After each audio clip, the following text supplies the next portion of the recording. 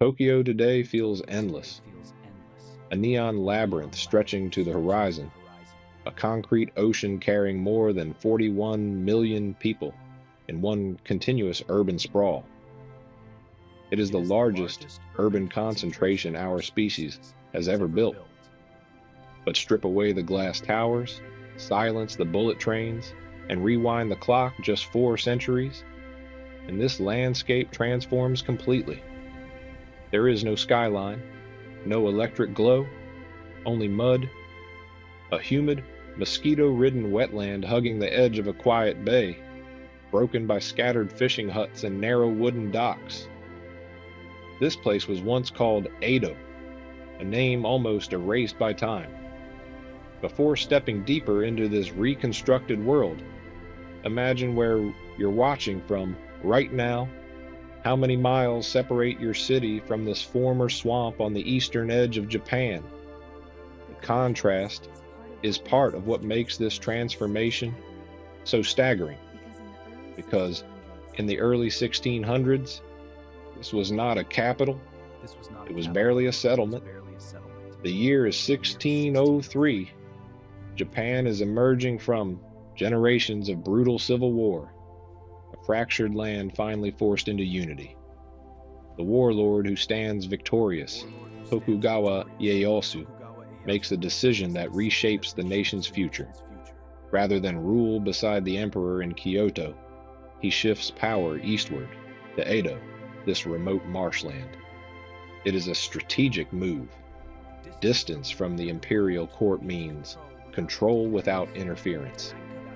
To anchor that power, he orders the construction of a fortress unlike anything the world had seen. Edo Castle rises from the mud, an immense stronghold of stone walls, labyrinthine moats, and towering gates. At its center stands the Tenshu Keep, climbing nearly 60 meters into the sky, taller than any structure in contemporary Europe. It is not just a military base, it is a declaration, authority made visible. But ambition collides with geography. Edo lacks solid ground to support a capital. Much of the terrain is swamp or tidal flat. So the shogunate undertakes an engineering project of staggering scale. Hills are cut down. Earth is transported by the ton. Sections of Tokyo Bay are filled in. Land is manufactured where none existed. Edo becomes, quite literally, a city shaped by human will, a metropolis built atop redirected nature. Waterways define its structure. Instead of roads for wheeled transport, canals become the city's lifelines. Boats move everything: rice, timber, silk, sake. These canals function like arteries, feeding districts that grow denser each year. At the center of this network stands a single bridge, Nihonbashi. More than a crossing, it is the symbolic heart of the nation. All official distances in Japan are measured from this exact point, the 0-mile marker of the realm. From its planks extend the 5 great highways linking Edo to the rest of the country.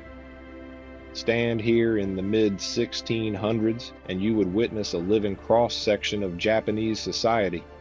Samurai, merchants, monks, spies, nobles, and pilgrims converging in constant motion. Population growth accelerates rapidly, driven not just by opportunity, but by law. Under the Sankin Kotai system, feudal lords are required to reside in Edo every other year, leaving their families there as political hostages. This forces the elite to build vast estates within the city. Samurai districts expand across the high ground, guarded by painted gates and layered defenses.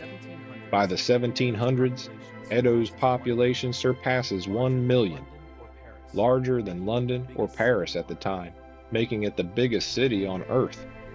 Yet prosperity is uneven. While samurai live in spacious compounds, common townspeople, the chonin, pack into the lowlands. They inhabit nagaya, long wooden row houses where entire families share single rooms, barely larger than a few tatami mats. Plumbing is non-existent. Streets carry the smells of grilled eel, soy, smoke, and human waste. And yet, Edo develops an advanced recycling culture. Waste is collected daily and sold to farmers as fertilizer. Nothing is discarded. Efficiency becomes survival.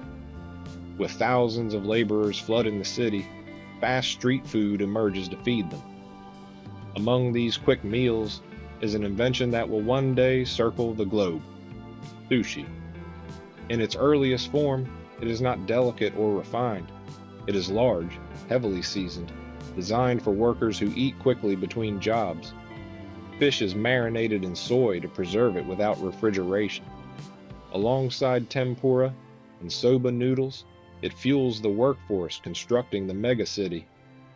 But Edo is not all labor and order. To escape rigid social rules, men flock to Yoshiwara, the licensed pleasure district.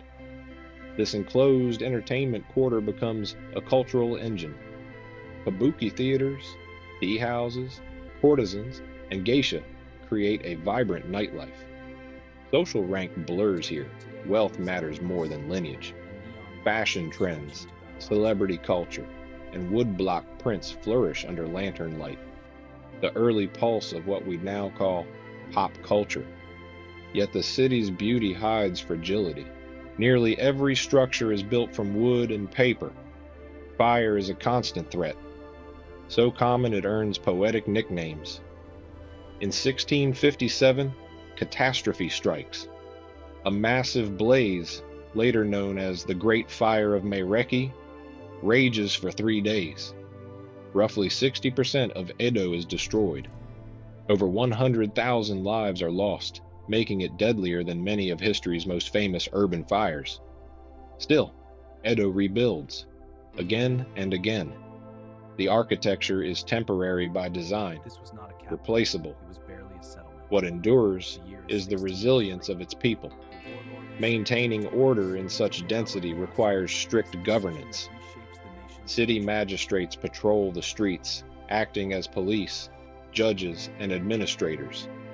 Samurai officers wield not only swords but specialized tools: iron truncheons to trap blades and spiked poles to subdue suspects without lethal force.